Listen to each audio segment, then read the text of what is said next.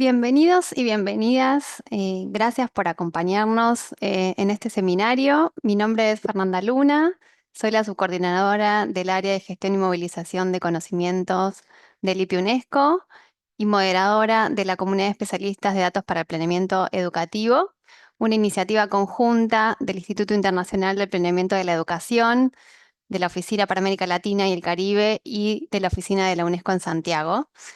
Y en la tarde de hoy estaremos conversando sobre la producción y el uso de datos para la respuesta educativa ante situaciones de emergencia y crisis prolongadas y los desafíos que enfrentan los sistemas de información para disponibilizar esa información de una forma robusta, ágil y que responda a las necesidades de gestión de políticas, sobre todo pensándolo para la toma de decisiones que orienten y redireccionen esas políticas. Estamos muy complacidos de estar acá en este evento y dar espacio para esta discusión.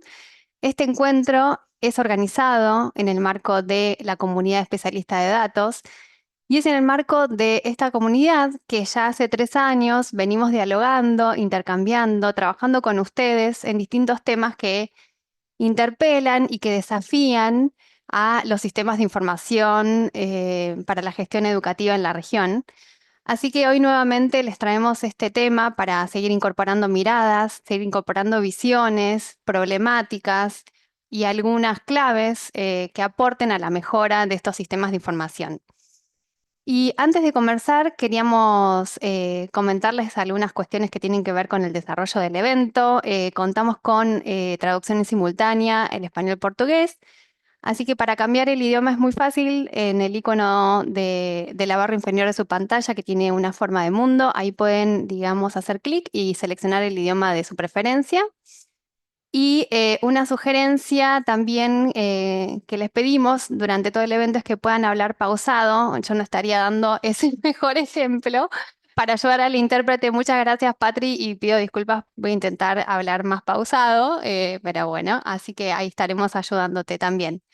Y bueno, otro pedido es que si no afecta la conectividad, los invitamos y las invitamos a prender la cámara para poder sentirnos un poquito más cerca y les avisamos que dejamos el chat abierto para que nos puedan contar desde dónde nos están viendo, desde qué territorios, cuál es su pertenencia institucional, su cargo, su actividad laboral, lo que nos quieran compartir. Siempre es lindo leerlos y leerlas y saber de sus reacciones, de sus pertenencias, de sus preocupaciones también que tengan en sus países y en sus territorios.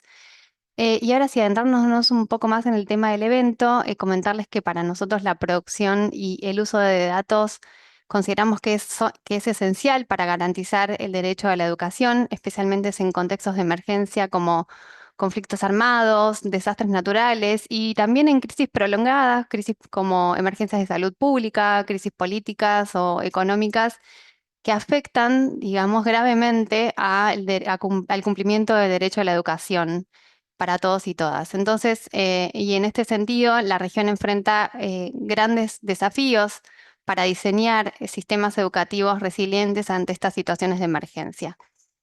En ese marco, la comunidad de datos tiene entre otro de sus objetivos, ¿no? Promover y potenciar, digamos, el intercambio y conocimientos para fortalecer justamente los sistemas de información.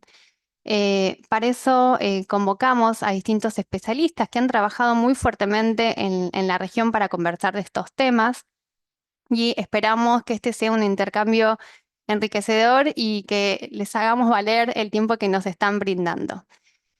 Ahí contarles que el evento va a tener una duración de 90 minutos. Daremos un inicio con unas palabras de apertura de Nicolás Reyes, que es el oficial del sector de educación de la oficina de la UNESCO en Quito. Luego tendremos dos presentaciones inaugurales a cargo de Paula Klenner, oficial de educación de la oficina de UNESCO en Santiago, coordinando ahí la unidad de educación transformativa, y de Diogo Amaro, que es especialista del programa del IPE UNESCO, quien va a presentar algunas herramientas desarrolladas por el IPE para fortalecer justamente el ecosistema de datos educativos en contextos de emergencia. Y a continuación vamos a tener una mesa de diálogo con la participación de Galo López Lindao, director nacional del análisis de información educativa del Ministerio de Educación de Ecuador, de Juan Cruz Perusia, consultor también de la oficina de UNESCO en Santiago y también del IPI UNESCO, y Ernesto Yanis también de la oficina de UNESCO en Santiago. La moderación va a estar a cargo de Martín Escaso, que también trabaja en la oficina de UNESCO en Santiago y con quien también coordinamos las iniciativas en el marco de la comunidad de datos y a quien seguramente también conocen en este espacio. Bueno, y finalmente vamos a abrir un espacio de preguntas y ahí los alentamos que durante todo el evento vayan dejando algunos comentarios, algunas preguntas, etcétera, que las voy a ir retomando sobre el final de las presentaciones. Bueno, ahora sí, arrancamos. Les voy a pasar la palabra a Nicolás Reyes. Como les decía, él es oficial del sector educación de la oficina de la UNESCO en Quito y con quien hemos llevado adelante un trabajo durante 2 años sobre un proyecto que para nosotros y espero que también para el Ministerio y para la Oficina de UNESCO Santiago haya sido muy valioso, que fue trabajar en el fortalecimiento del ecosistema de datos de educación en emergencia allí en Ecuador. Te paso la palabra, Nicolás. Muchísimas gracias, Fernanda. Primero, un cordial saludo para todo el equipo del IPE, también para los y las colegas de la oficina de UNESCO en Santiago. Veo acá, siempre es bueno conectarse a estos espacios, veo a mucha gente querida con quienes hemos trabajado distintos temas. Un cordial saludo también para Galo López, que ha sido un aliado fundamental justamente en el tema de cómo articular una discusión alrededor del ecosistema de datos educativos en Ecuador y también cómo abrir esos datos para el uso colectivo. Creo que eso es fundamental. Y bueno, sobre todo también un cordial saludo a todas las personas que nos acompañan de los distintos países. He visto ahí en el chat que estaban saludando de distintos países de la región y creo que esa es la idea, ¿no? Tener una mirada integracionista, una mirada de diálogo entre los distintos países de América Latina y el Caribe. Quizás, como decía Fernanda, comentarles muy rápidamente que desde el 2022, la Oficina de UNESCO en Quito, el Ministerio de Educación del Ecuador y el IPE, nos juntamos con la finalidad de discutir cómo se puede fortalecer justamente el ecosistema de datos educativos en el Ecuador y sobre eso se hicieron como tres pasos o tres momentos fundamentales. Uno fue indudablemente un diagnóstico, qué es lo que estaba pasando en el Ecuador en este campo. Dos, una hoja de ruta con distintos actores, desde la centralidad, ¿no es cierto?, de la discusión educativa, pero con otros actores también del Estado ecuatoriano. Y finalmente un proceso que también tuvimos acá y estuvimos muy contentos de la visita de un equipo del IPE con la finalidad de tener un momento de fortalecimiento de capacidades de intercambio de experiencias, que es fundamental. Y en ese sentido nosotros considerábamos que era muy importante, ¿no es cierto?, poder compartir esa experiencia. Y ya aquí Galo López, director justamente del Ministerio de Educación, les comentará los detalles, porque lo que a nosotros, digamos, nos dio la evidencia ya incluso durante el contexto de la pandemia, es que si no fortalecemos los sistemas de gestión de la información y gestión educativa, realmente los sistemas educativos van a estar sumamente débiles. Entonces necesitamos ponerle mucha atención al fortalecimiento de esos sistemas. Para concluir, quizás mencionar, ¿no es cierto?, que revisando distinta información sobre esta temática, me encontré con un documento que recomendaría a todos y a todas también su lectura. Es un documento que se publicó en el 2021 en el marco del Foro Regional de Política Educativa, que se llaman los CIGED en América Latina y el Caribe, desafíos y lecciones frente a la pandemia del COVID-19.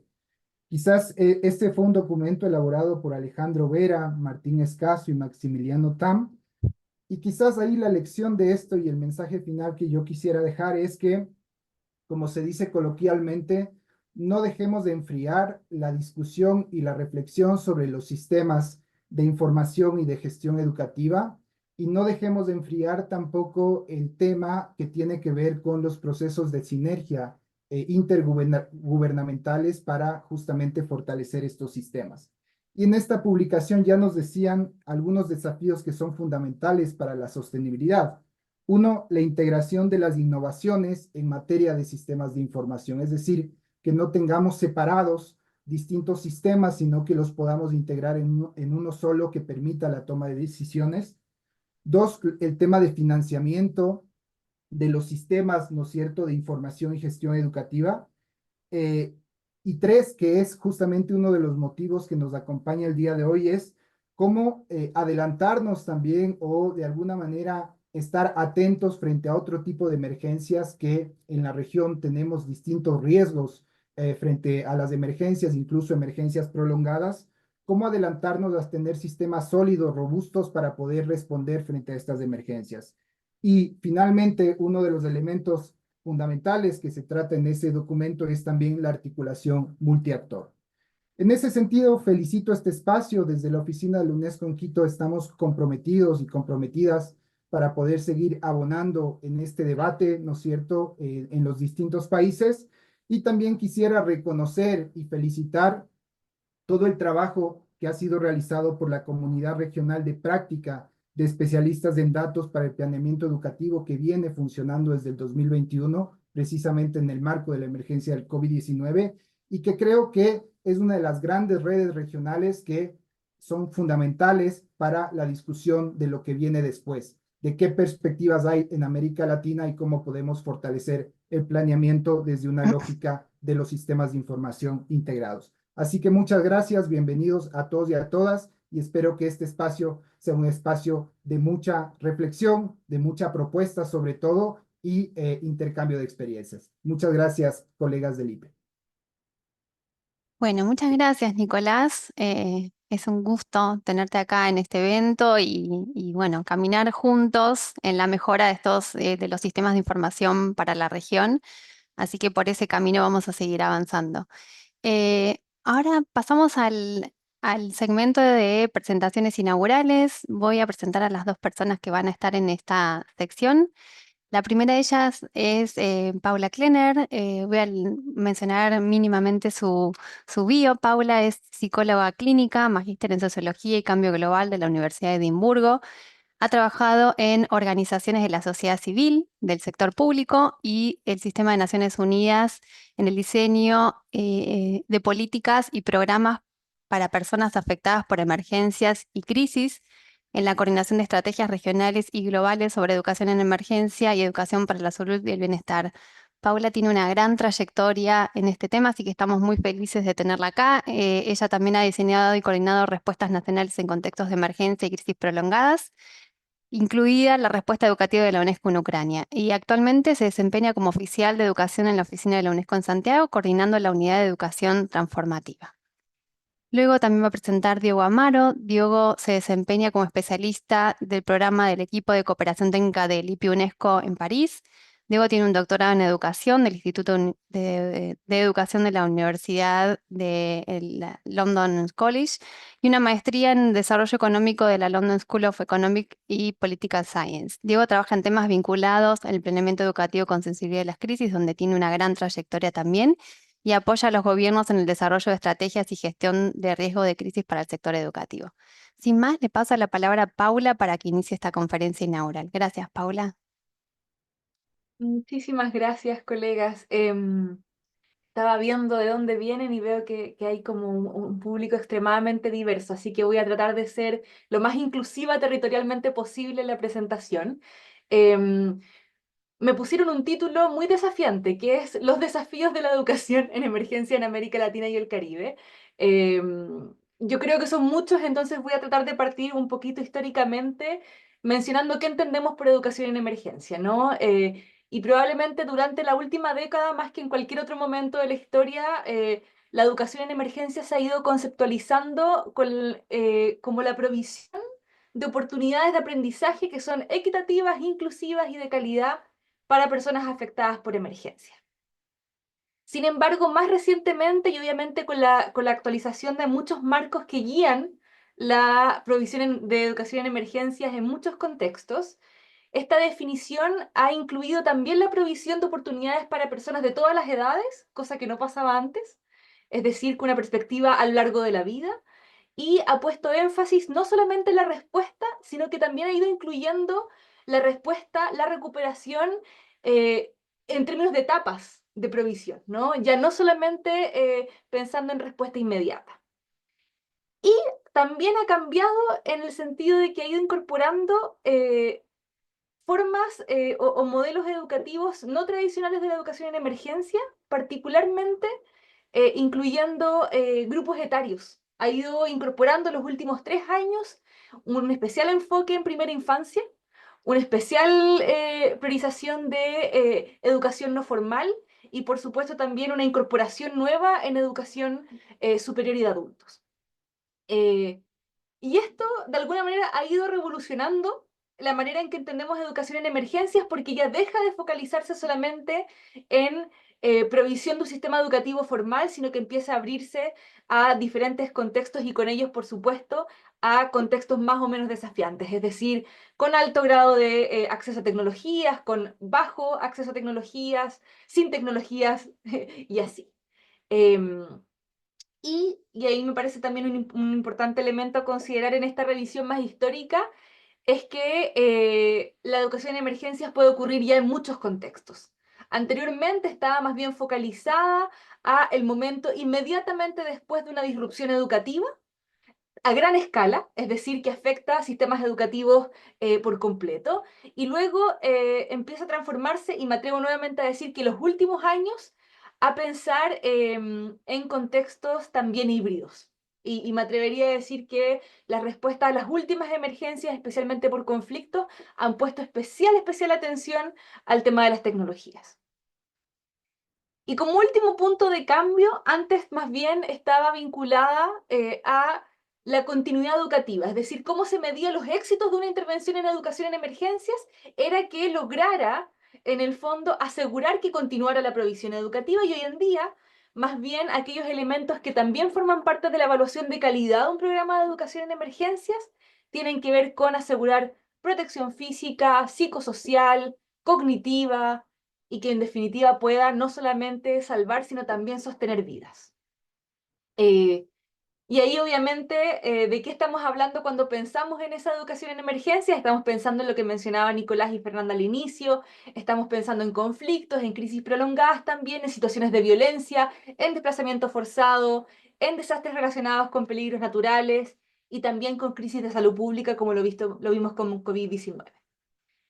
Pero esta definición relativamente consensuada por diferentes actores en el marco de las normas, por ejemplo, las nuevas normas mínimas de la Red Interagencial de Educación en Emergencias, está atravesada por discusiones contemporáneas que a mi parecer son especialmente importantes para América Latina y el Caribe. Uno, ¿qué intervenciones constituyen educación en emergencias? ¿Cuándo decimos que estamos implementando educación en emergencias si ya no solamente estamos hablando de educación formal? Después, ¿cuán complementarias son esas intervenciones cuando estamos pensando también en seguridad escolar? Es decir, en la provisión de educación educativa en un contexto que denominamos que no es de emergencia y que también tiene preocupaciones respecto a la seguridad escolar. Y ahí vemos también hay una discusión global respecto a qué es educación en emergencias y qué son acciones que promueven seguridad escolar. La otra pregunta que ha aparecido con mucha atención es si es posible efectivamente localizar intervenciones de educación en emergencias cuando tenemos muchos socios y socias que intervienen a nivel internacional, incluyendo Naciones Unidas, incluyendo socios internacionales, fundaciones, sociedad civil y cooperantes, ¿no? Y el último elemento que ha aparecido en los últimos años con mucha más fuerza tiene que ver con las acciones antirracismo y anticoloniadoras o anticolonialistas que de alguna manera, dado que existía mucha intervención y cooperación internacional, cómo se jugaban estas perspectivas en la implementación local. Esas han sido una de las tensiones que han ido apareciendo en los últimos años y que creía que era importante señalar antes de pensar en nuestra región, ¿no? Porque sin duda afectan cómo pensamos la educación en emergencias en América Latina y el Caribe. Pero de esos elementos existen dos que han marcado la discusión global que yo creo que son especialmente importantes y que los discutamos a la luz de los sistemas de gestión e información, ¿no? Del sector. Uno es que las emergencias se han vuelto más prolongadas, más frecuentes, de mayor escala y ya no solamente ocurren de forma aislada, sino que ocurren de forma superpuesta. Ese es un primer elemento. Por tanto, lo que tradicionalmente pensábamos que era una intervención de educación en emergencias que tenía fecha de inicio y fecha de término, ahora se pone en juego. Lo que están viviendo nuestros países en la región es precisamente una multiplicidad de riesgos.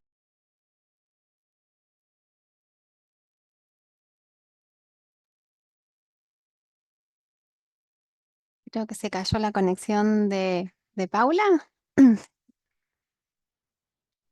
A ver, intentamos reconectar y si no, le pasamos la palabra a Diogo y luego que Paula pueda finalizar, pero esperemos un minutito para ver si puede volver.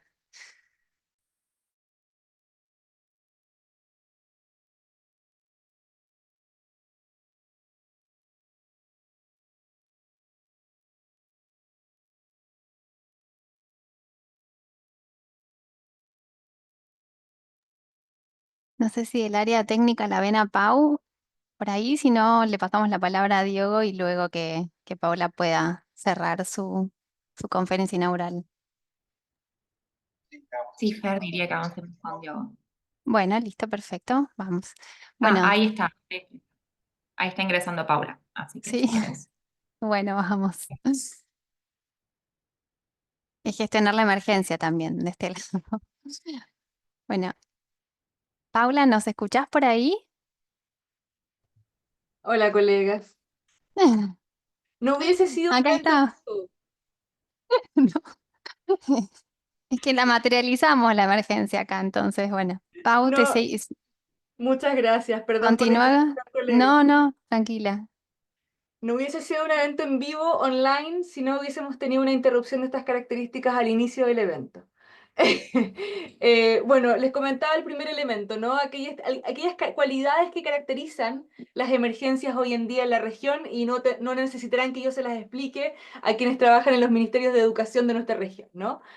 Y un segundo elemento que creo que es especialmente importante para esta discusión es que las etapas de respuesta, que históricamente estaban bien definidas, como lo dije al inicio, ahora se han vuelto cada vez más difusas y desafiantes. Entonces, cuando uno va y le pregunta, no solamente a un docente, sino también a un profesional de un ministerio de educación, ¿qué emergencias está enfrentando? Te dicen, bueno, pero varias. Parece que son muchas.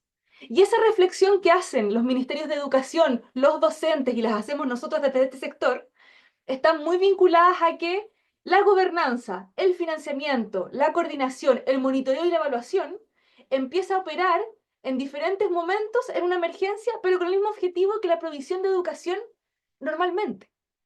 Y ahí, en el lenguaje internacional, lo que se ha llamado triple nexo, que es decir, la necesidad de conectar las acciones de emergencia y de carácter humanitario con las políticas de desarrollo de un país y sus ambiciones de desarrollo, y en el futuro, por supuesto, con construcción de paz, esa nomenclatura internacional se ha hecho carne en nuestra región y se ha hecho carne con la práctica del sector educativo.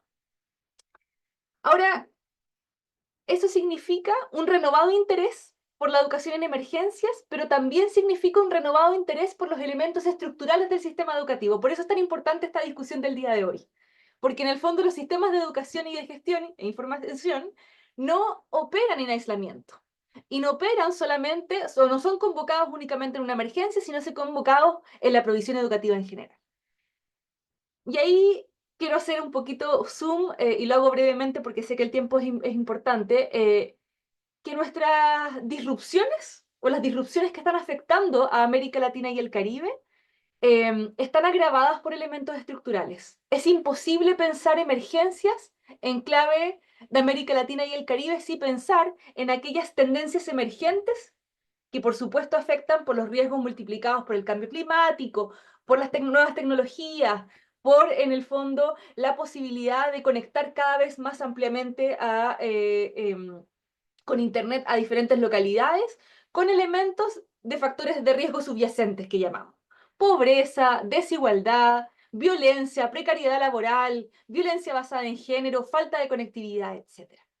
Pensar estos dos elementos por separado significa hacerle un mal favor a América Latina y el Caribe en la discusión de educación en emergencias. Y ahí es principalmente porque les mencionaba pero eso deriva en una dificultad profunda para los ministerios y para los actores educativos que tiene que ver con, entonces, ¿cómo priorizamos acciones? ¿Cuáles son las acciones que debemos priorizar en este contexto cambiante de múltiple amenaza, de multirriesgo y de multiactor, como decía Nicolás al inicio? Em, y ahí, bueno, ahí podemos polemizar con los siguientes panelistas y discutir después, ¿no? Pero hay una creencia, eh, en mi opinión equivocada, de que cuando hablamos de triple nexo o esta conexión que les mencionaba al inicio, estamos hablando de etapas. Estamos hablando de etapas que operan subsecuentemente en una línea de tiempo. Ah, primero hacemos respuesta humanitaria, después ahora nos preocupamos de desarrollo y ahora pensamos en la paz. Pero eso no es cierto.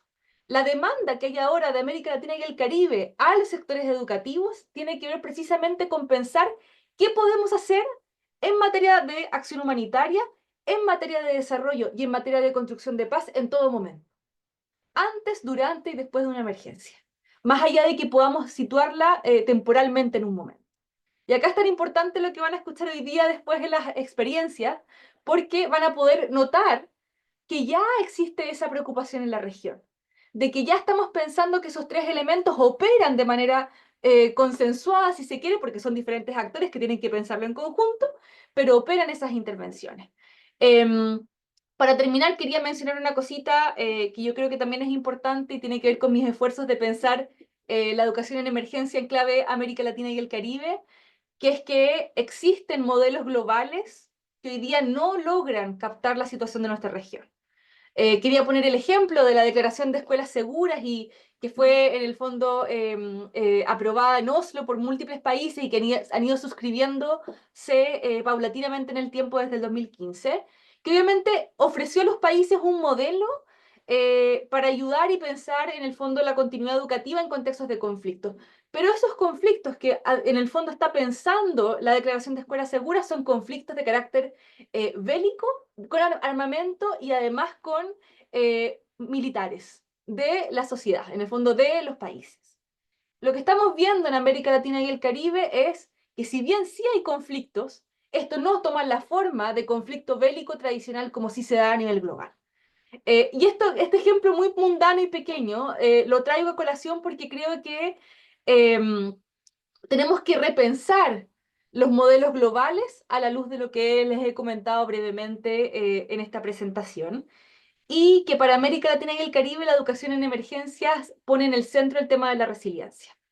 En el fondo, estos peligros que solo esperamos que se agudicen en los próximos años por el cambio climático y por supuesto otros contextos, ha significado también una discusión regional sobre la resiliencia y la pregunta por aquellos elementos que vuelven a un sistema educativo más preparado, no solamente para abordar las crisis, sino para mejorar la provisión educativa de los grupos históricamente marginados. Lo que yo quiero sostener al final es que aquellos elementos que mejora una mejor educación en emergencias en nuestra región son elementos que terminan mejorando también la provisión educativa regular de nuestros ministerios y de nuestros estados. Eso, muchísimas gracias, un placer. Y lamento nuevamente el corte. No, ningún problema, un placer, Pau, tenerte acá. La verdad es que nos parecía que si bien este evento estaba orientado más a sistemas de información, nos parecía muy necesario que puedas brindar todo este marco sobre el cual se insertan, por supuesto, el trabajo de los ministerios en relación a la mejora de esos sistemas de información. Así que muchísimas gracias por darnos toda tu perspectiva, la perspectiva que vienen trabajando fuertemente desde la oficina de UNESCO en Santiago. Em, Ahora, sin más, le voy a pasar la palabra a Diego. Diego, vamos a pasar un plan un poco más concreto ahora que tiene referido más a lo que es el manejo de datos para educación en emergencia. Y Diego va a estar presentando unas herramientas, unas guías de trabajo que se vienen desarrollando muy fuertemente desde la oficina del IPE en París. Y estas guías van a estar publicadas en el día de hoy en español, así que también van a poder acceder a ellas. Hasta el día de hoy estaban publicadas en inglés en la página del IPI UNESCO. Así que Diego nos va a contar, digamos, todo el desarrollo que se hizo en relación a estas guías y cómo se fueron trabajando con los países para la mejora del ecosistema de datos para educación en emergencia, concretamente. Muchas gracias, Diego. Te paso la palabra.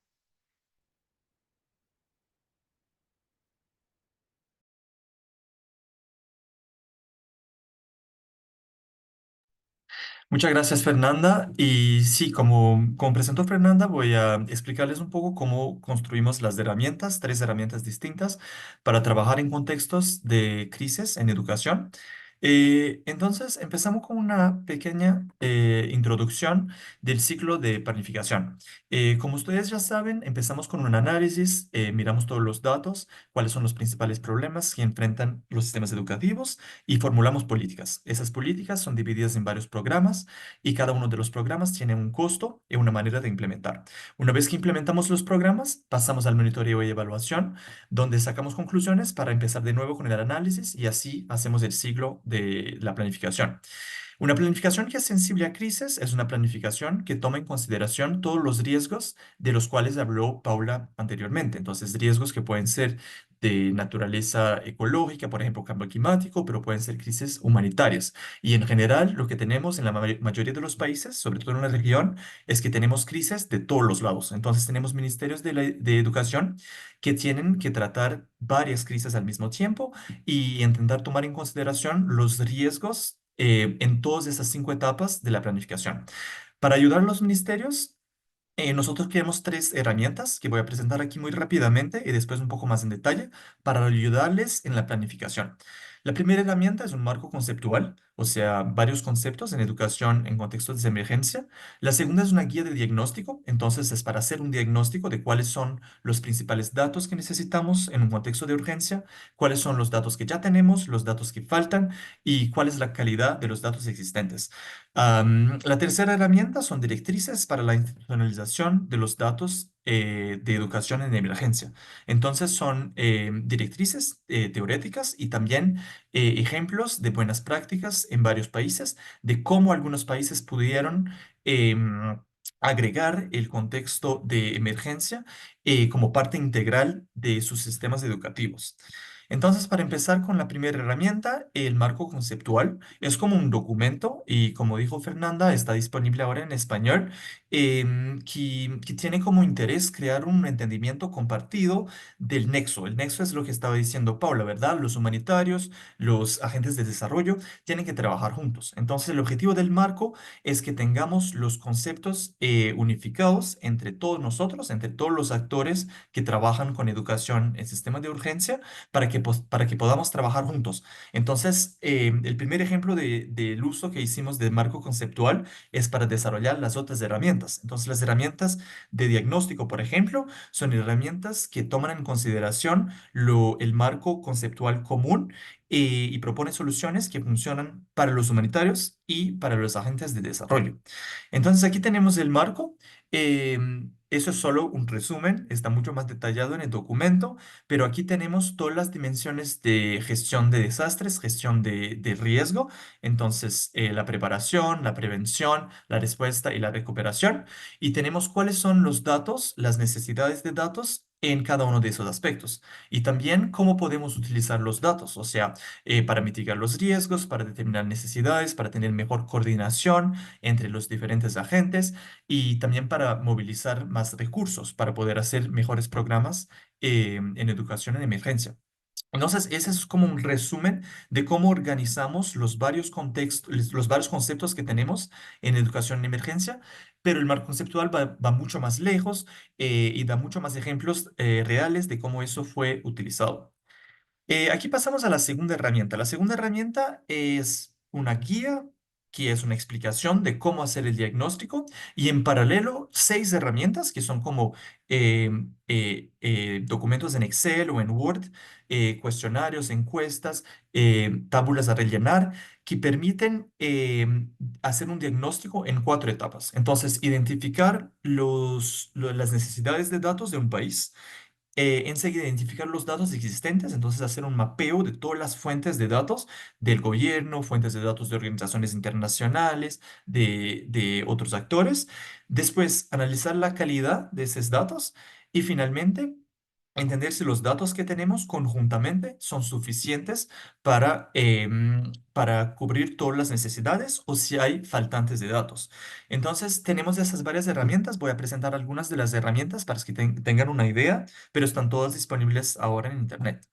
Un ejemplo, por ejemplo, de Jordania, esas son todas las fuentes de datos que tenemos en Jordania. Muchísimas fuentes del Ministerio de Educación, otras de organizaciones internacionales, de la UNESCO, de UNICEF, del Banco Mundial, em, encuestas de aprendizaje y muchas bases de datos.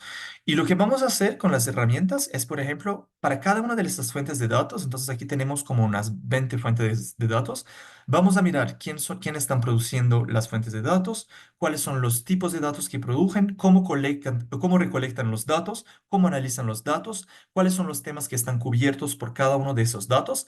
Y así, con el mapeo de todas esas fuentes de datos en la tabla, vamos a entender si esos datos conjuntamente pueden darnos una buena idea de lo que pasa en el sistema educativo o no, o si nos falta más información. Eh, una segunda herramienta que tenemos aquí son las herramientas de calidad. Entonces aquí es solo un ejemplo del resultado, pero la herramienta de calidad va a ser como una encuesta en la cual contestamos sobre el funcionamiento de una fuente de datos, por ejemplo, el AMIE o una encuesta de aprendizaje como el PISA, por ejemplo. Y al final vamos a tener unos gráficos que nos explican cuáles son los puntos en los cuales tenemos conformidad, o sea, buena calidad de datos, y cuáles son los puntos en los cuales tenemos que avanzar más, tenemos que hacer más trabajo. Entonces, eso da una visión a los productores de datos de cómo podemos avanzar, de cuáles son los puntos fuertes y los puntos débiles de sus fuentes de datos. Bueno, para terminar con la tercera herramienta, este es un modelo de institucionalización. Entonces, es de un punto teórico, cómo vemos un sistema de educación donde el contexto de emergencia y los riesgos están presentes en todas las dimensiones. Entonces, están presentes en la manera como producimos los datos, cómo desarrollamos las capacidades de los agentes que van a recolectar los datos, que van a analizar, si hay buena distinción de las funciones de cada persona, por ejemplo, en el ministerio, si hay muy buena coordinación entre el ministerio y actores externos, si las políticas son desarrolladas tomando en consideración los datos y todo más. Entonces, tenemos un modelo teórico que es presentado en la publicación y además damos algunos ejemplos de países en los cuales la institucionalización de los datos fue bien hecha. Entonces, tenemos ejemplos concretos, empíricos, que van a complementar los ejemplos teóricos de ese modelo de institucionalización. Entonces, para salir de las herramientas y ir un poco más a cómo las utilizamos, voy a darles tres ejemplos muy rápidos. El primero es de Ecuador. Entonces, como hablamos ya en el inicio de esta presentación, en Ecuador hicimos un diagnóstico del sistema de datos en urgencia y después una hoja de ruta que iba a presentar los principales riesgos, los faltantes de datos y sugerir maneras en las cuales podemos mejorar algunas de las fuentes de datos para recolectar datos faltantes para tener una mejor comprensión de cuáles son los riesgos en Ecuador y su impacto en el sistema educativo. Entonces aquí tenemos la hoja de ruta que explica como paso a paso cómo vamos a integrar mejor los contextos de emergencia en el sistema educativo de Ecuador. Un segundo ejemplo que tengo es de Jordania en el cual desarrollamos el mismo diagnóstico. Entonces, utilizando las herramientas que presenté, hicimos un diagnóstico de las necesidades de datos, los faltantes de datos, la calidad, y de allá informamos la estrategia de gestión de crisis y riesgos del país. Entonces, ellos tienen una estrategia de cómo hacer la gestión de crisis, sobre todo en educación. Y para hacer la gestión de crisis, como estaba explicando en el inicio de la presentación, tenemos que tener una comprensión de los datos, del análisis. Entonces, es lo que nos permitió hacer ese diagnóstico en Jordania. El tercer y último ejemplo es de UNRWA, que es la Agencia de Naciones Unidas que cuida a los refugiados palestinos en cinco contextos, entonces Gaza, Jordania, Líbano, Siria y Cisjordania. Y nosotros lo que hicimos es un diagnóstico de todos los sistemas AMIE, entonces todos los sistemas de recolecta de datos en esos cinco contextos, a ver lo que falta y lo que se puede mejorar para tener una mejor comprensión de los riesgos en esos cinco sistemas. Y el resultado del diagnóstico fue muy útil porque él informó la estrategia de la MIE, del UNRWA para los cinco países entre el 2023 y el 2027. Entonces, para terminar, tenemos estas tres herramientas que están disponibles y lo que hacemos ahora es hacer la difusión de las herramientas. Entonces, por eso estoy aquí con ustedes, para que ustedes puedan tener acceso a las herramientas y utilizarlas y hacer diagnósticos. Entonces, incorporar las herramientas en el diagnóstico que hacen ustedes en los sistemas educativos. El objetivo es que en el ciclo de planificación que estaba presentando, a cada vez que hagamos el análisis del sistema educativo, tomemos en consideración los riesgos y los impactos que estos riesgos pueden tener en el sistema educativo. Y para entender ese impacto son necesarios los datos. Entonces, aquí les presento estas herramientas que pueden dar una mejor visión de cómo utilizar esos datos, cómo mejor entender los datos y cómo mejorar su recolección, análisis y uso para desarrollo de políticas educativas. Muchas gracias. Bueno, muchas gracias, Paula Fortes, muchas gracias, Diego Amaro, por regalarnos este rato de su tiempo y de su experiencia para tener la oportunidad de aprender de ustedes sobre esta temática.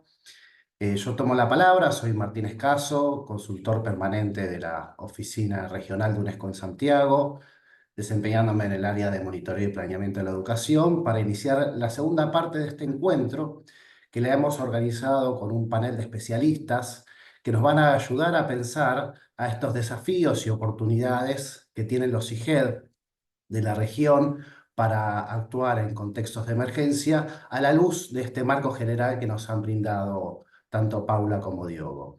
Este espacio va a tomar un formato de mesa de diálogo, donde a través de preguntas organizadas en bloques vamos a ir invitando a cada uno de nuestros invitados a que nos dé su experiencia y su visión sobre la temática.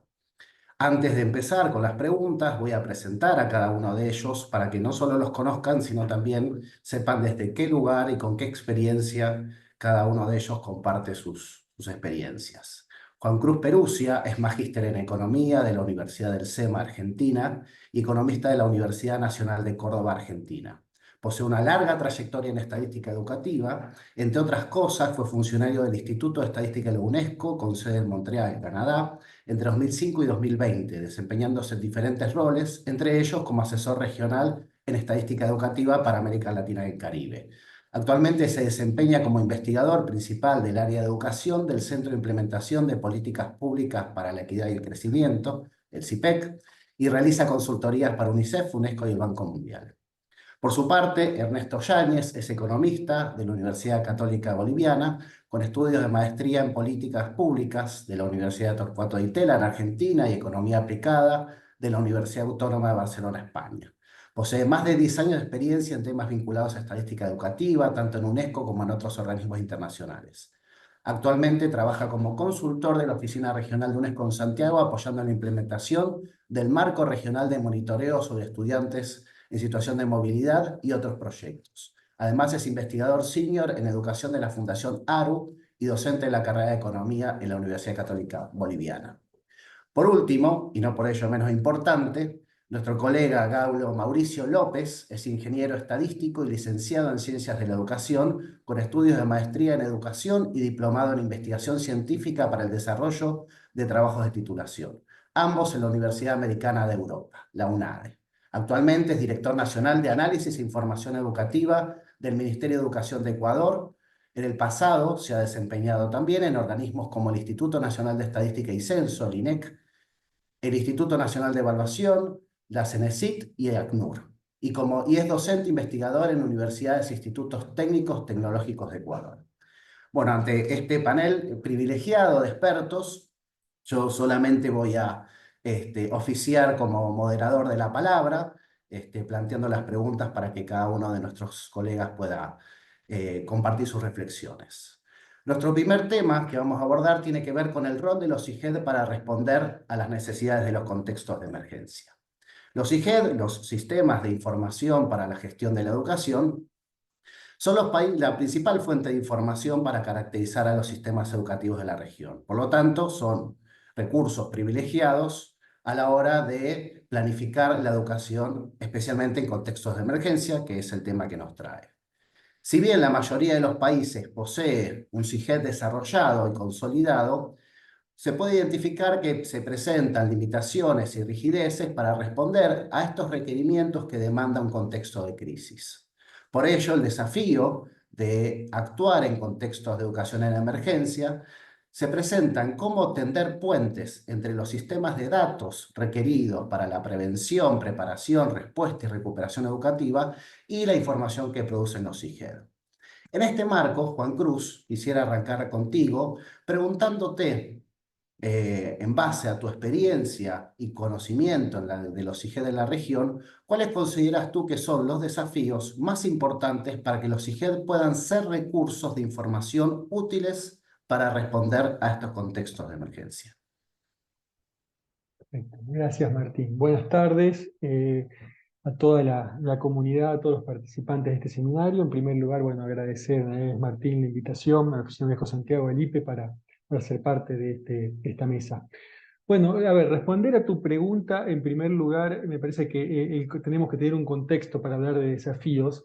Y el contexto yo creo que es interesante marcar que está marcado por un gran fortalecimiento, lo cual no es novedad, de los IGED en la región. Que este fortalecimiento aparece a partir de la digitalización de los registros escolares y o la digitalización del reporte de información para generar estadísticas, ¿no? Esto da lugar a grandes avances en los IGED, entre por ahí los más destacados que se dan en la región es la nominalización de la matrícula, poder identificar a los estudiantes con un número de identificación individual, ¿no? En este contexto, lo que termina sucediendo es que se reducen drásticamente los costos de requerir y grandes volúmenes de información, y a partir de ahí empiezan a aparecer múltiples demandas de información, ¿no? Entonces tenemos, para incorporar los IGED, demandas vinculadas a información vinculada a la conectividad e infraestructura escolar, calificación de las trayectorias escolares, todo lo que se trata de las calificaciones de los estudiantes, las identificación de esos estudiantes con sus atributos biográficos básicos y otros que por ahí no son básicos, caracterización de vulnerabilidad de las poblaciones, para garantizar la inclusión. Acá tenemos estudiantes con discapacidad, ver la situación de salud de las personas, por ejemplo, respecto de los calendarios de vacunación. Entonces, en este cúmulo de información aparece este nuevo grupo de datos de educación en emergencia. Entonces decimos, bueno, ¿cómo los IGED pueden lidiar con estas demandas que compiten, ¿no? De alguna manera compiten en recursos? Y bueno, yo acá creo que es un primer desafío que estos sistemas están enfrentando de alguna manera, que son presos de su éxito en ese sentido, es cómo establecer un proceso de gobernabilidad en el sentido de tener alguna institucionalidad con mecanismos transparentes que permitan resolver estas demandas de necesidad de información de manera eficiente. Como digo, de manera eficiente es balancear costo de producción de los datos con los beneficios que se obtiene de estas, ¿no? De tener más información, ¿no? Entonces, cuando uno piensa desde esta perspectiva, este es un desafío concreto, es decir, todos los que aquí vi varios conocidos conectados que trabajan en los ministerios, en la gestión de estos sistemas, saben que los pedidos de información que a diario reciben, uno piensa, dice, bueno, la pregunta es, ¿qué demandas tienen que ser respondidas por los IGED? ¿Qué demandan los datos? ¿Y qué demandas no necesariamente tienen que ser? El IGED no es el mejor elemento o el mejor sistema para responder a esta información, ¿no? Entonces, acá lo que aparece es, por un lado, decir, bueno, no todos los datos que necesita el sistema educativo para gestionar, incluidos los datos que estamos hablando de educación de emergencia, tienen que ser recopilados a partir de estos sistemas que constituye el SIGED, independientemente de la definición que adopten cada uno de los países de SIGED, ¿no? Este es un primer elemento, porque hay otras formas de obtener los datos, que, por ejemplo, a través de vínculos o integración con otros sistemas de información que ya estén recolectando datos y los datos que necesitamos. Entonces acá aparece el tema de la interoperabilidad e integración, un tema que ya ha sido tratado en sesiones anteriores de este foro como un elemento importante. El segundo elemento es decir, bueno, el SIGED a ver qué tipos de datos, por la naturaleza del sistema, puede responder más efectivamente, ¿no? Y acá yo creo que podemos separar los datos de educación de emergencia en dos grandes grupos.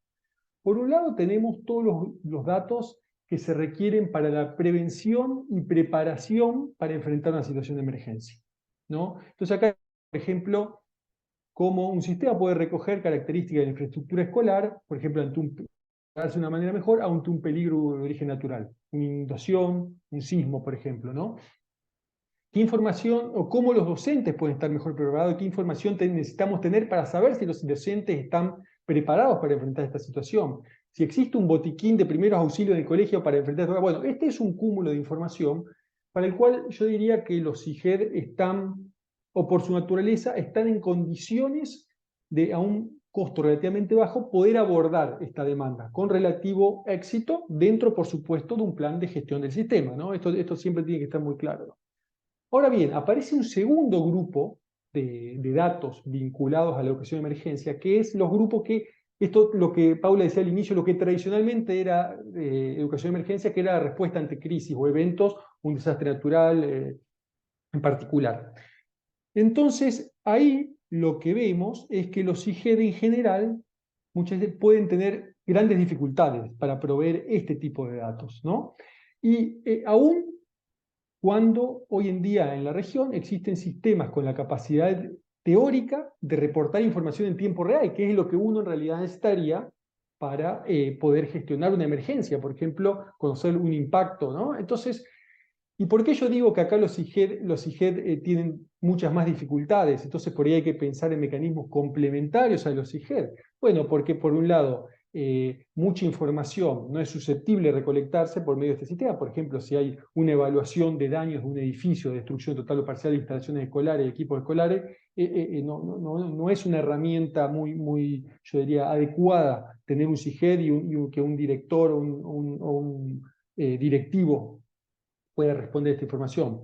Y además, muchas veces estas emergencias generan un daño en la infraestructura que afecta el tema de red eléctrica, conectividad, con lo cual muchos sistemas que hasta probablemente ese momento incluso tienen la capacidad de funcionar en tiempo real, suceda que ante una emergencia no puedan responder. Entonces, contar con este sistema para proveer datos para una respuesta efectiva puede ser un problema. Entonces, yo creo que los desafíos de alguna manera pasan por ese lado, poner blanco sobre negro en cuanto a las respuestas que mejor pueden dar estos sistemas y las que podrían tener más desafíos. Gracias. Muchas gracias, Juan Cruz. Muy interesantes y muy claras tus intervenciones. Me quedo con esta pregunta sobre cuáles son las demandas que debieran responder los IGED, como para pasarle la palabra a nuestro colega Ernesto, quien ha estado trabajando y está trabajando actualmente en los países de la región con los temas de movilidad de los estudiantes, ¿no? Entonces, en función a esta experiencia, este recorrido que vienes haciendo, Ernesto, la pregunta que quería hacerte es, desde tu perspectiva, ¿qué cambios debieran introducir los IGED para que puedan mejorar la información que producen sobre los niños y niñas en situación de migración forzada, refugiados, rutas migratorias y otras situaciones críticas asociadas al fenómeno de la movilidad humana?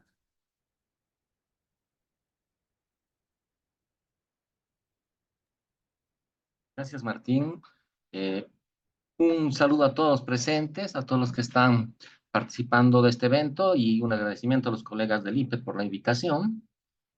Voy a pasar a contestar tu pregunta, pero voy a dividir la respuesta en dos bloques, ¿sí? Un primer bloque que creo que es importante, que va a estar orientado a estas necesidades o estos retos en términos de los estudiantes en situación de movilidad. Y un segundo bloque en el cual me voy a alejar un poquito de esa temática y voy a tener una visión más general sobre los sistemas de información educativa que creo que es necesario también plantear. A ver, en términos del primer bloque de respuesta, yo creo que, como ya lo mencionó Juan Cruz, los CIGEDs han avanzado mucho en los últimos años en la región, han mejorado mucho su capacidad de contar con información, pero todavía hace falta perfeccionar ciertos procesos del relevamiento de los datos, ¿no? Particularmente en el caso de los estudiantes en situación de movilidad, los países han tendido a mejorar la forma de identificar a estas personas, ¿no? Por ejemplo, muchos países solamente tenían la forma de identificar como si era un estudiante nacional o era un estudiante extranjero. Han cambiado sus instrumentos de relevamiento y ahora podemos conocer la nacionalidad de los extranjeros. Es un gran paso, evidentemente, porque nos permite una mejor aproximación a esta población. Sin embargo, cuando hablamos de estudiantes en situación de movilidad, es importante tener una tipificación mucho más fina, y eso implica que deberíamos todavía avanzar en el relevamiento de otro tipo de información que nos permita distinguir entre este gran grupo de personas que son los estudiantes en situación de movilidad.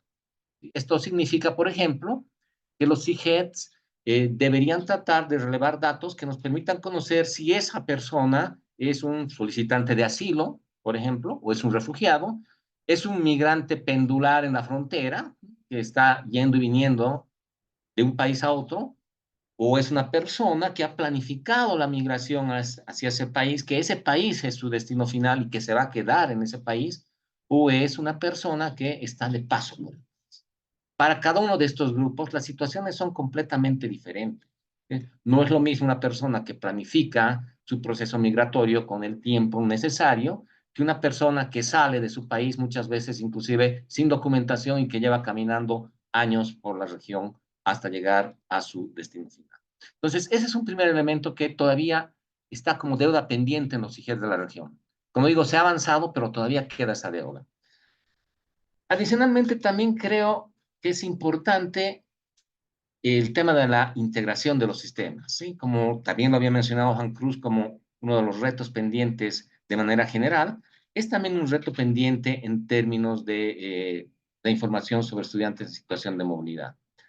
Si bien muchos países están integrados a sus sistemas de identificación y pueden cruzar los datos del sistema de información educativa con los datos de identificación nacional de los respectivos países, todavía no son muchos los países que han llegado a una articulación, por ejemplo, con los sistemas de migración. Cosa de poder cruzar los datos educativos con los datos del sistema de migración en este tema en particular, que son los estudiantes en situación de movilidad. O con los sistemas de protección social, por ejemplo, que es otro bloque de datos, otro bloque de sistemas que también tiene información sobre las personas en situación de movilidad. Entonces, creo que ahí hace falta también avanzar, ¿no? Y por último, para no extenderme mucho en esto, creo que el otro tema que es importante en relación a los datos sobre personas en situación de movilidad y los CIGEDs es usarlos, ¿sí? Los sistemas de información, aunque de manera precaria, algunos y otros más avanzados tienen datos sobre personas en situación de movilidad, pero no los estamos usando.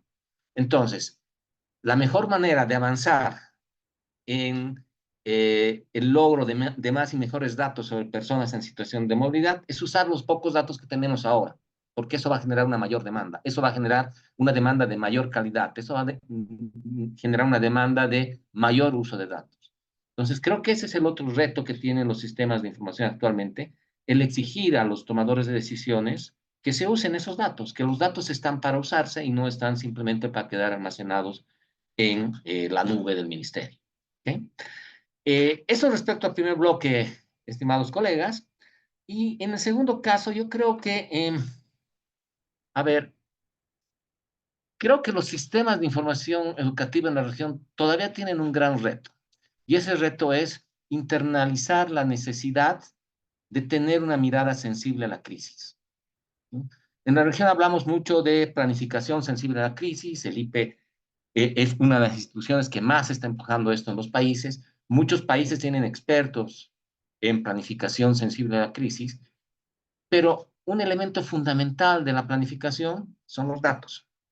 Y si los sistemas que nos proveen esos datos no internalizan la necesidad de ser sensibles a la crisis, estamos avanzando muy poco, por más que tengamos todos los aportes de los expertos.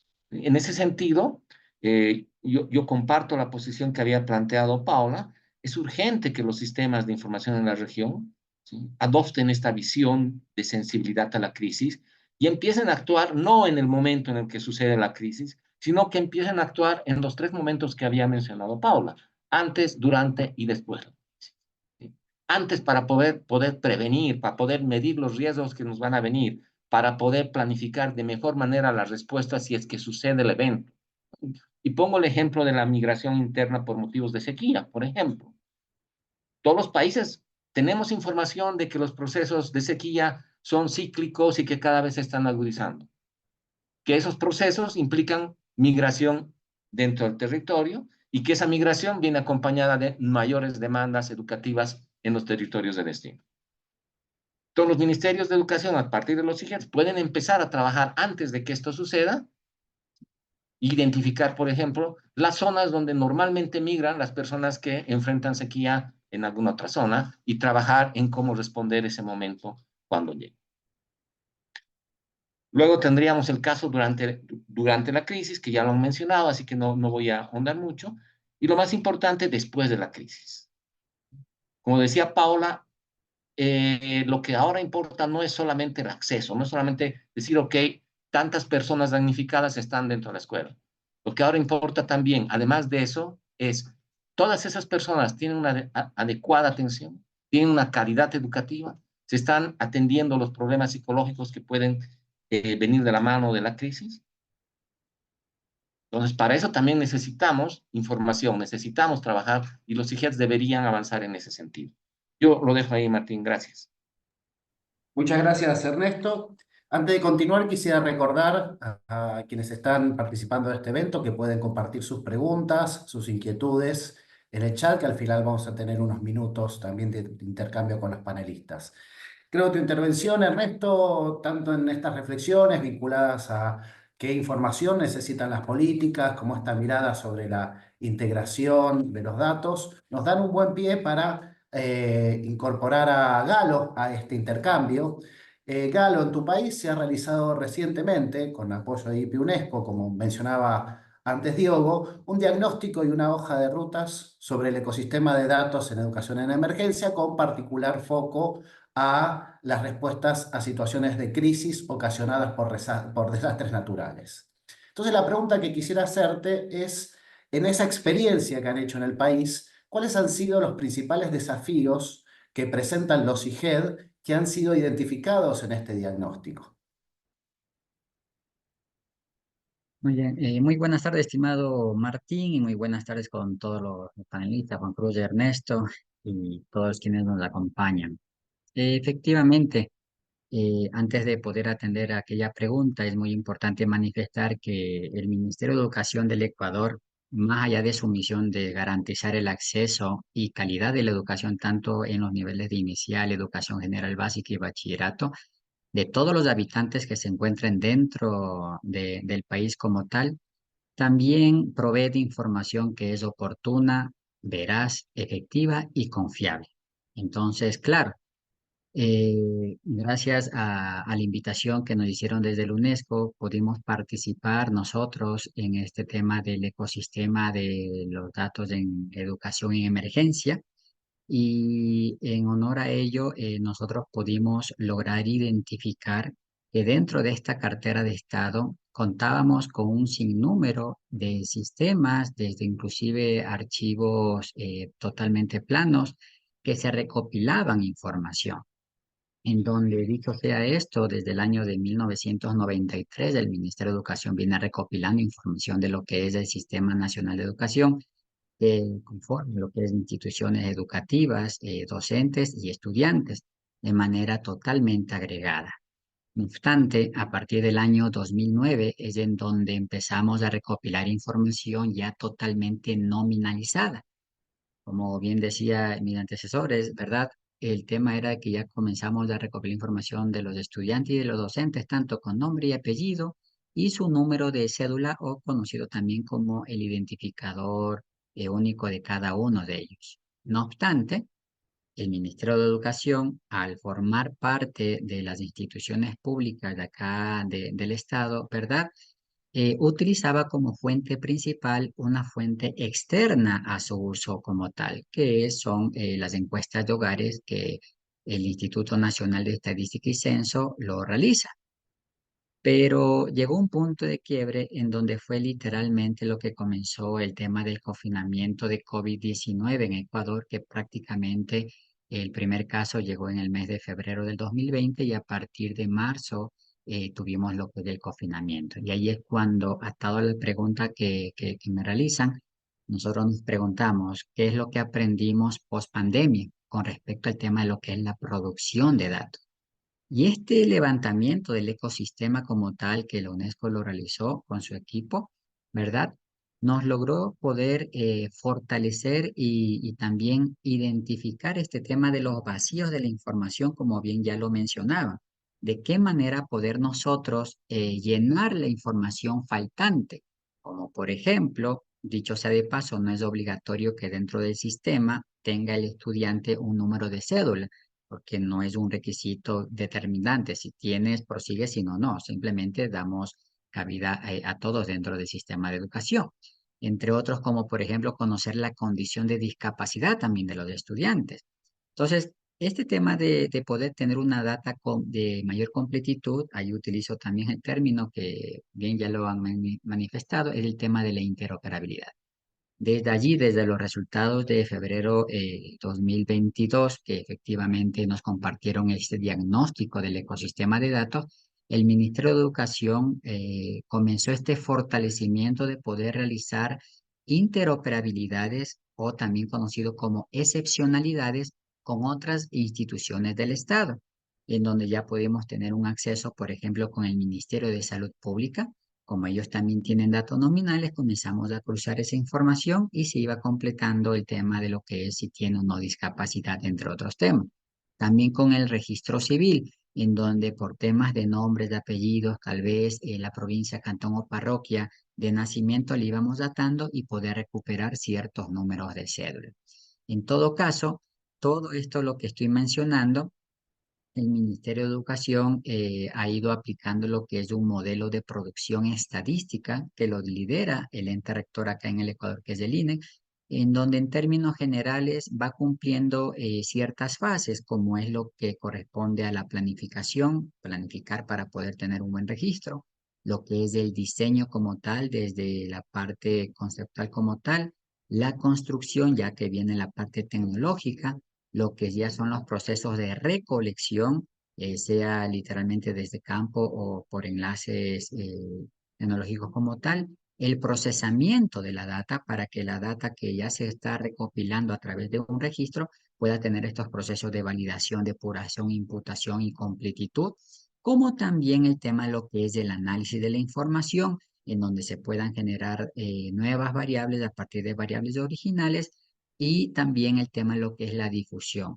Como bien ustedes mencionaban, ¿para qué poder producir información si tal vez no lo voy a utilizar? Entonces empezamos un proceso de difusión que dicho sea de paso, el Ministerio de Educación de Ecuador cuenta ya con su herramienta digital conocida como Datos Abiertos, donde se presenta toda esta información histórica desde 1993 hasta la presente fecha. Y finalmente, y sin ser menos importante, este proceso o la última fase lo que corresponde a la evaluación, en donde hemos realizado algo que es la coevaluación y la autoevaluación. Esta coevaluación va atado a lo que bien mencionaban de la evaluación de educación en emergencia, en donde con esta hoja de ruta que se lo han venido planteando y que muy gentilmente también Diogo lo comentó, ha permitido que nuestros registros administrativos acá al interno del ministerio vayan fortaleciéndose. Y también estamos ya en un proceso de evitar duplicidad de esfuerzo. ¿A qué me refiero? En un inicio manifesté que contábamos con algunos sistemas. Eso significaba que el área 1 recopilaba información de docentes, pero resulta que el área 2 también recopilaba información de docentes. Por lo tanto, el responsable de cargar esa información en momentos diferentes cargaba por poco la misma información, pero en diferentes sistemas. Ahora la idea es que estamos en ese proceso de unificación para poder tener un solo sistema, ¿verdad? Que abarque lo que son la recopilación de los datos nominales, tanto de docentes, de estudiantes, como de instituciones educativas. Y este hoja de ruta y estos hitos próximos a cumplirse, obviamente se debe a este como resultado del ecosistema de datos. Y finalmente, sin ser menos importante, pongo en consideración que hace no menos de una semana el Instituto Nacional de Estadística y Censo, como ente rector de las estadísticas acá en el Ecuador, donde el Ministerio de Educación conforma el Sistema Estadístico Nacional, presentó ya el nuevo modelo de producción estadística 2024. Eso significa que ciertas fases, ¿verdad? Han sido fortalecidos con sus procesos. Por darles En términos general, ya te ingresan lo que son las actualizaciones de factores de expansión dentro del proceso, siempre y cuando sean encuestas, como también el tema de evitar la duplicidad de información. Si es que ya hay una institución pública que tal vez ya está realizando un tema de interoperabilidad y ya cuenta con todos los sistemas a nivel de Estado, ¿por qué no de repente solo copiar aquello, generar una imagen y con ello poder proceder y así evitar un tema administrativo y burocrático? Básicamente estamos encaminados a ello en el fortalecimiento de nuestros SIGET como tal, para que puedan ser evidentemente estos datos insumos para la toma de decisiones y obviamente generación de política pública. Muchas gracias, estimado Galo, por el relato de la experiencia de Ecuador. Esto nos lleva a pensar en estos puentes que siempre es necesario construir entre estas orientaciones, estos marcos de referencia que los especialistas producimos en relación a estas temáticas y las condiciones efectivas de implementación que caracterizan también a cada uno de los países y cómo en esa relación no exenta de tensiones es necesario construir puentes para poder facilitar la implementación de todas estas recomendaciones. Por ello, en este segundo bloque queremos reflexionar un poco en relación a esto, mirando aquellas experiencias destacadas o casos de implementación u oportunidades que nos ayudan a pensar en estas posibilidades de cómo avanzar en esta agenda desde los sistemas educativos de la región. Para esto, entonces, voy a empezar contigo, Ernesto, preguntándote que, digamos, en función de este recorrido que tú vienes haciendo con la agenda de movilidad en la región, si tienes presente y nos puedes compartir algunos casos de países que han implementado soluciones de información que han favorecido estos cambios sobre los cuales tú reflexionabas previamente. Gracias, Martín.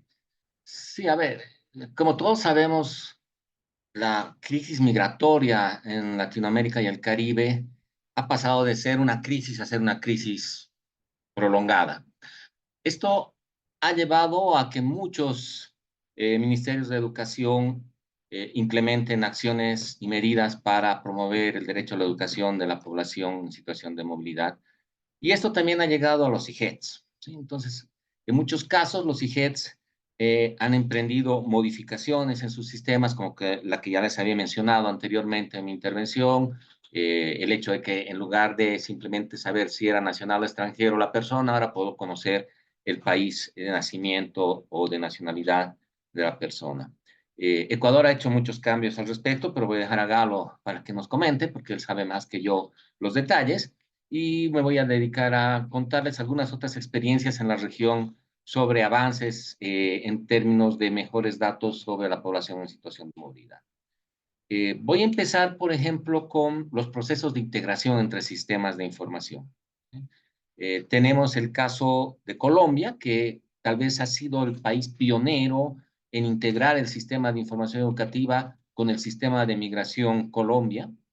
Y esta es una experiencia muy rica porque muestra que no solamente es el sector educación el que se nutre de la información de otros sistemas, sino que al mismo tiempo el sector educación puede nutrir de información a otros sistemas, que es lo que sucedió inicialmente en el caso de Colombia, donde migración podía verificar personas que no tenían ellos registrados porque ingresaron de manera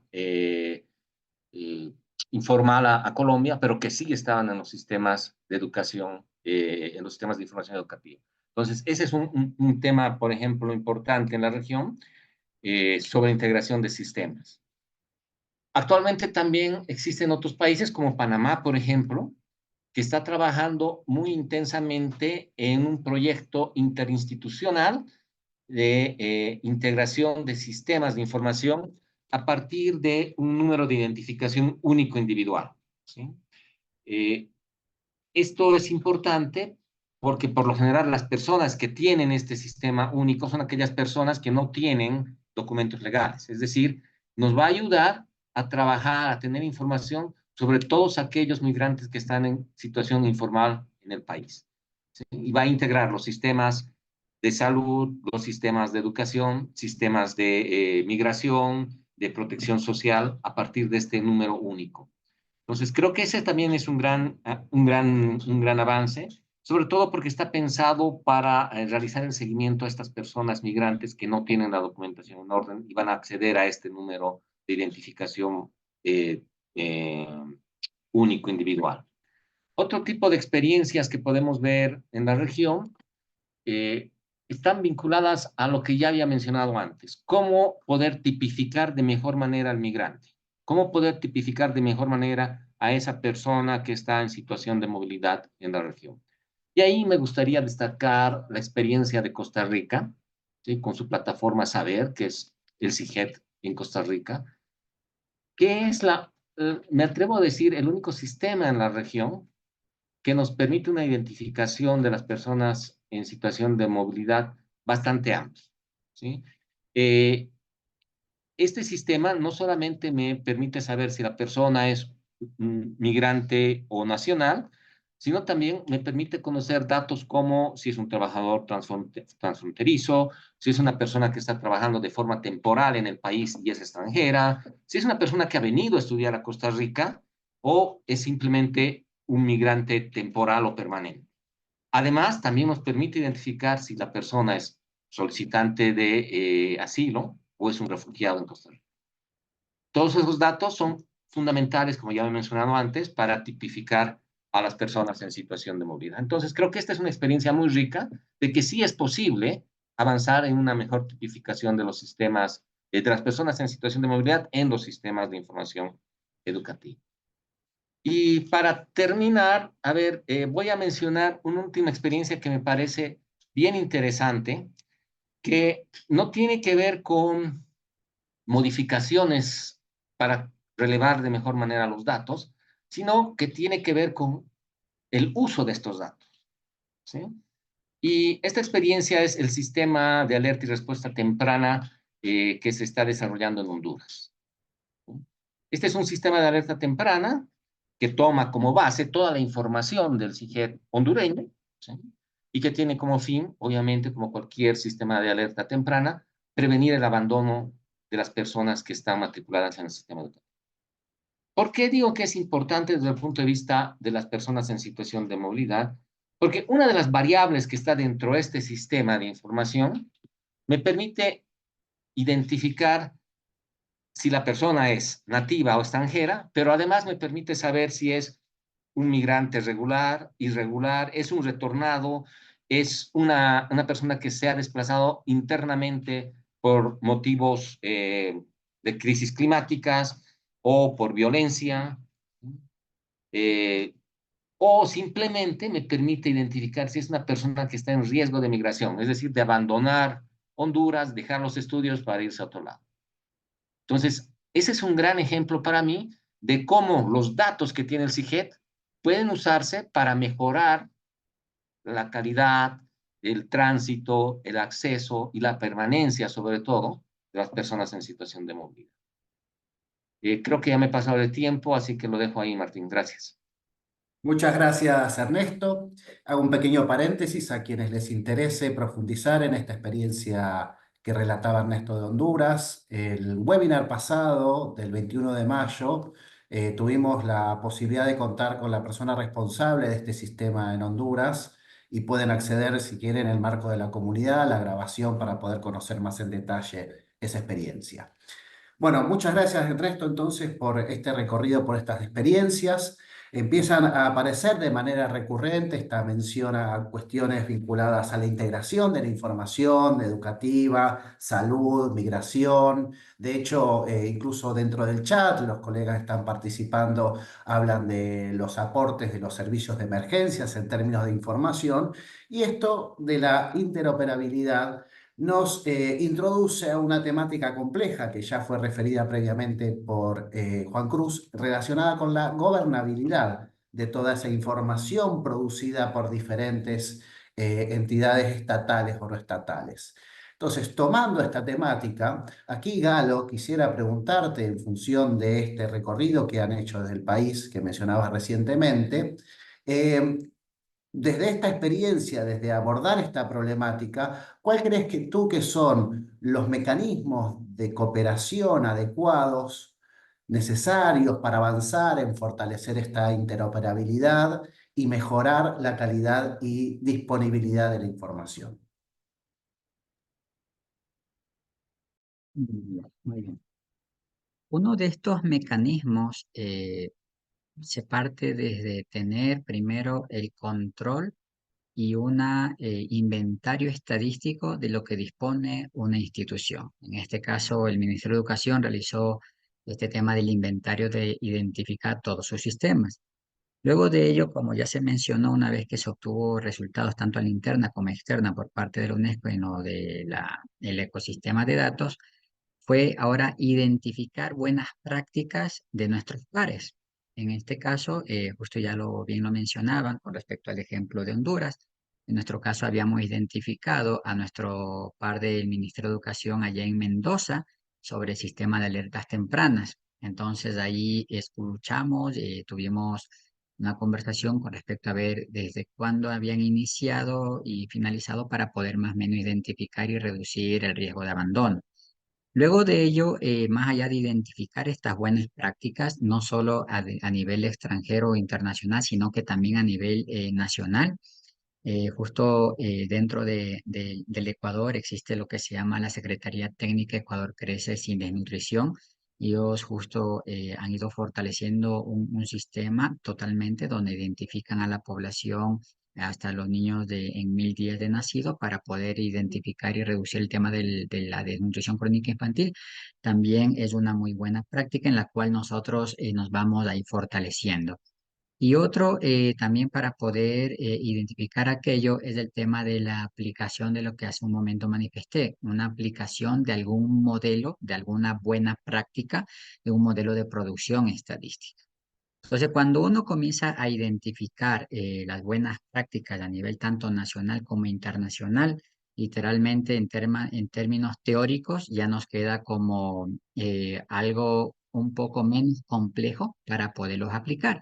Y luego ahí viene el tema, lo que es la voluntad tanto técnica como, al menos en nuestra Carta de Estado, al pertenecer a la parte pública, ¿verdad? La parte de la voluntad pública como la parte de la voluntad técnica como la voluntad política. O sea, si tenemos nuestros tomadores de decisiones que se lo quiere realizar a través de evidencia, y enhorabuena lo están haciendo, ¿verdad? Eso permite que estas tal vez debilidades o amenazas que tengan los mismos IGED puedan ser fortalecidos y verlos como un tema de oportunidad para poder fortalecer decisiones y generaciones de política y así poder estar respondiendo a la realidad, en este caso del país como Ecuador. Y finalmente, sin ser menos importante, había una parte que también va atado. Algunos meses atrás nos preguntaban, Ministerio de Educación solo se encarga de los estudiantes, docentes e instituciones, pero ¿por qué razón generan estadísticas? Entonces ahí es cuando dijimos nosotros, tenemos que iniciar un proceso de culturización o aprendizaje del uso y manejo de datos para la toma de decisiones. Como bien ya lo mencionaban ustedes, evidentemente el producir estadística, el generarlo y publicarlo no es todo, sino que tenemos que utilizarlo para tomar mejores decisiones y que obviamente sea en beneficio de los que conforman el Sistema Nacional de Educación, que no me cansaré de repetir, lo que son las niñas, niños y adolescentes, que evidentemente requieren un espacio y un lugar totalmente seguro para las diversas situaciones, sean naturales o no, que se puedan presentar y evitar que la amenaza cumpla un riesgo de total menor grado. Eso con respecto a lo que bien ha mencionado. Cambio. Muchas gracias, Galo, por esta descripción, este relato, estas reflexiones. Como para ya ir cerrando, lamentablemente por temas de tiempo, aunque creo que la calidad de los panelistas da para seguir conversando mucho más, quiero hacer la última pregunta a Juan Cruz, ¿no? A modo de balance, apelando a su experiencia, recorrido, conocimiento sobre los CIGED de la región, que nos pueda, digamos, invitar a reflexionar sobre cuáles son hoy, en el contexto actual de los sistemas de información de la región, con los cambios que han tenido, con esta modernización, de alguna manera forzada también que han atravesado para responder al contexto de crisis ocasionado por la pandemia de COVID-19. ¿Cuáles crees tú que son las oportunidades que hoy están presentes en la región para que estos IGED puedan avanzar hacia estas transformaciones sobre las que estamos reflexionando? Sí, sí, Martín, súper interesante esto porque, bueno, yo creo que todos los que están escuchando probablemente deben tomar este tema como decir, uy, bueno, ¿cómo avanzar? ¿Qué complicar? Pero bueno, yo, este tema que lo hemos estado estudiando en los últimos años, también en otros contextos, en otros países, quiero decir un par de cosas respecto de estas buenas condiciones que ofrece la región, porque esto también les obliga, hay que decirlo, es decir, este es un enfoque relativamente nuevo, el de intentar incorporar este enfoque de planificación con resiliencia a la crisis y los datos necesarios, digo, dentro de los IGED. Entonces los países hoy están, las regiones están buscando la mejor manera de hacerlo sin tener como guía grandes experiencias exitosas, porque como digo, la temática y la inquietud es relativamente nueva, ¿no? Pero sí, lo que hemos visto, cuando uno compara América Latina con otras regiones en desarrollo, como Asia o África, es que aquí en la región hay algunas condiciones que son interesantes que incrementaría la probabilidad de éxito de incorporar este enfoque en los IGED para tener datos que realmente informen de las necesidades de información que hay. Por un lado, yo diría la concentración de los procesos de producción estadística, sobre todo lo que se vincula a las emergencias, en el sector gubernamental. Esto es un elemento bastante distintivo de América Latina como región de desarrollo, estoy hablando, porque en otras regiones lo que uno ve es una gran atomización de actores en los que participan organismos internacionales, incluso ONGs que producen datos. Todo esto está desperdigado y el sector estatal tiene muy baja capacidad, muy baja producción de información. Esto en América Latina en general no sucede. Hay buenas oficinas de estadística, dentro de los ministerios, se produce datos sobre un montón de temas. Entonces, en realidad, es una cuestión de prestar un poco de atención a lo que se está produciendo. Un poco Galo justo decía eso de todas las bases de datos y procesos de recopilación que han encontrado. Ese es un primer elemento. El segundo elemento es también, dentro de la región, hay ya ministerios que muestran capacidades de gestión de emergencia. Digo, el tema de la gestión de la emergencia y de la planificación por emergencia es una temática que ya tiene varios años en lo que es el desarrollo de los países, pero el tema del enfoque en educación, eso es clave, es decir, cómo toda esta problemática, los eventos peligrosos afectan el normal funcionamiento del sistema educativo. Entonces, ahí, por ejemplo, existe el Ministerio de Chile, de Ecuador, de Perú, que tienen dentro de los propios ministerios sus áreas de gestión de riesgo, ¿no? Y esto facilita mucho el tema de pensar en los datos. ¿Por qué? Porque el para qué está de manera ya bastante bien definida dentro de estas áreas, ¿no? Y insisto con del para qué, del propósito de la información, porque ya hay análisis de riesgo realizado, hay datos de cómo los distintos peligros han afectado en el pasado, han impactado sobre el funcionamiento del sistema educativo. Entonces, bueno, esto yo también creo que es una fortaleza importante en la región. Y un tercer elemento es decir que en la región, a pesar de los desafíos que venimos diciendo respecto a la interoperabilidad o interconexión entre sistemas, también hay muchas experiencias exitosas que de a poco, digo, desde como país nos están haciendo perder el miedo a la búsqueda de respuestas en datos que vienen por fuera de nuestro propio sistema. Entonces, por ejemplo, decíamos, y me tomo el atrevimiento de hablar un minuto de Ecuador con Galo presente, pero nosotros lo que veíamos, por ejemplo, es que un tema clave ante una emergencia, por ejemplo, una situación en una escuela, por ejemplo, de que puede haber alumnos afectados con algún problema físico, la distancia entre la escuela y los hospitales o un centro de salud. Y eso, en general, escuela está geolocalizada en el CIGE de Ecuador. Los centros de salud están también geolocalizados dentro del sistema del Ministerio de Salud del Ministerio. Entonces acá se trata de juntar datos y generar cruces de información para generar una variable que sería la distancia, por ejemplo, entre escuela y un hospital, ¿no? Para poder atender una emergencia. Y yo creo que en ese sentido la pandemia, que en su momento dio lugar a nuevos modos de recolección complementarios a los IGED y que después se pudieron de alguna manera conectar, tema que también fue, si no me equivoco, tema de estos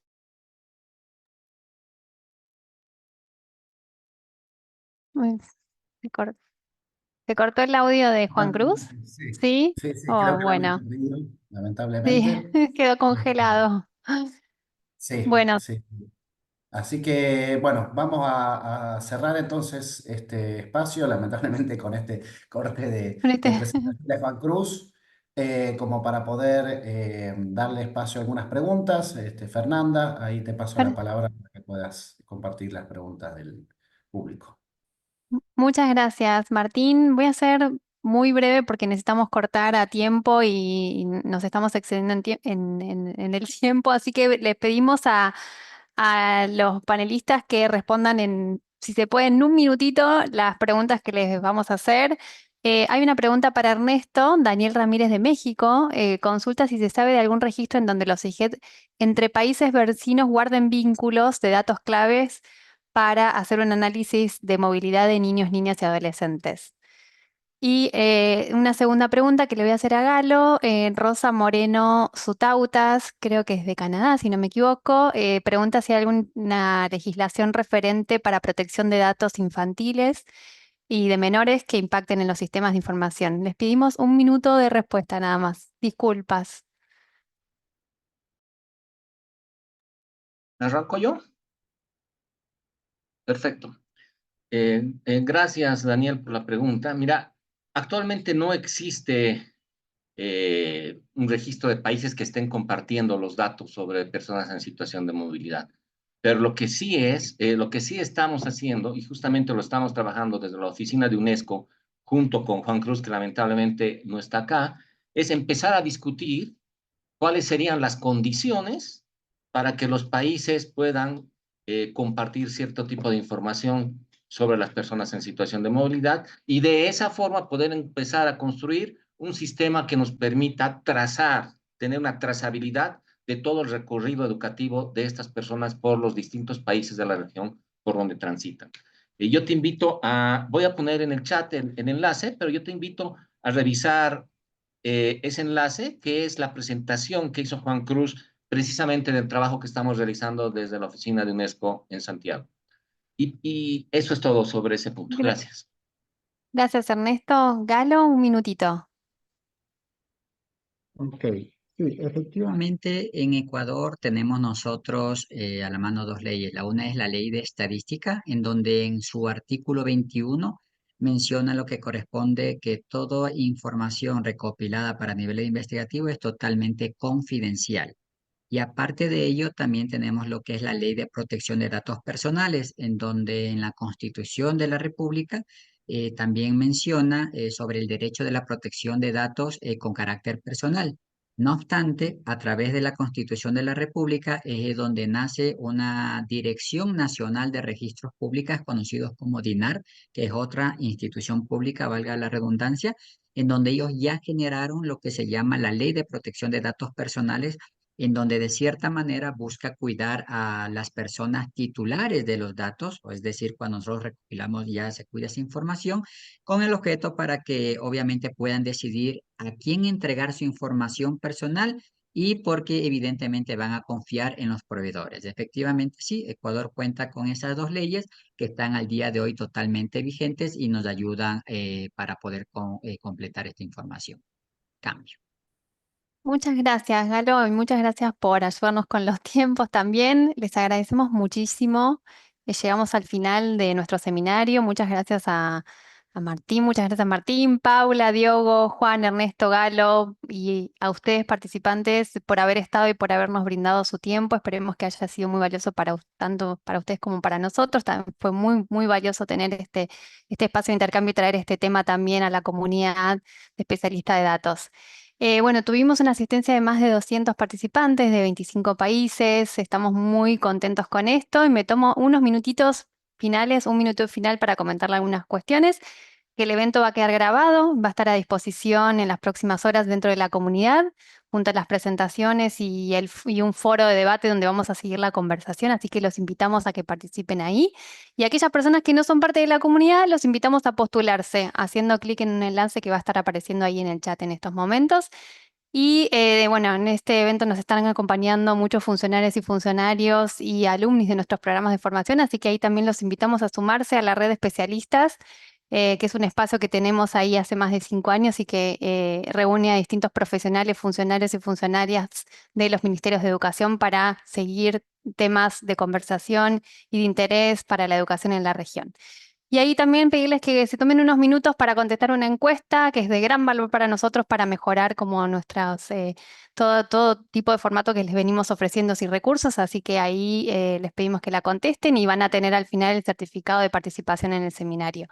Bueno, y si no lo pueden hacer ahora, igual va a estar publicado en el sitio del evento para que lo puedan hacer posterior.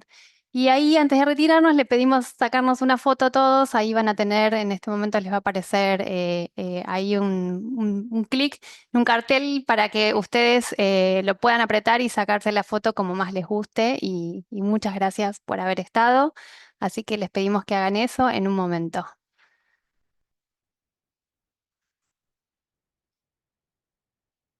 Bueno, muchísimas gracias a todos y todas. Damos el cierre a este evento. Gracias por haber participado.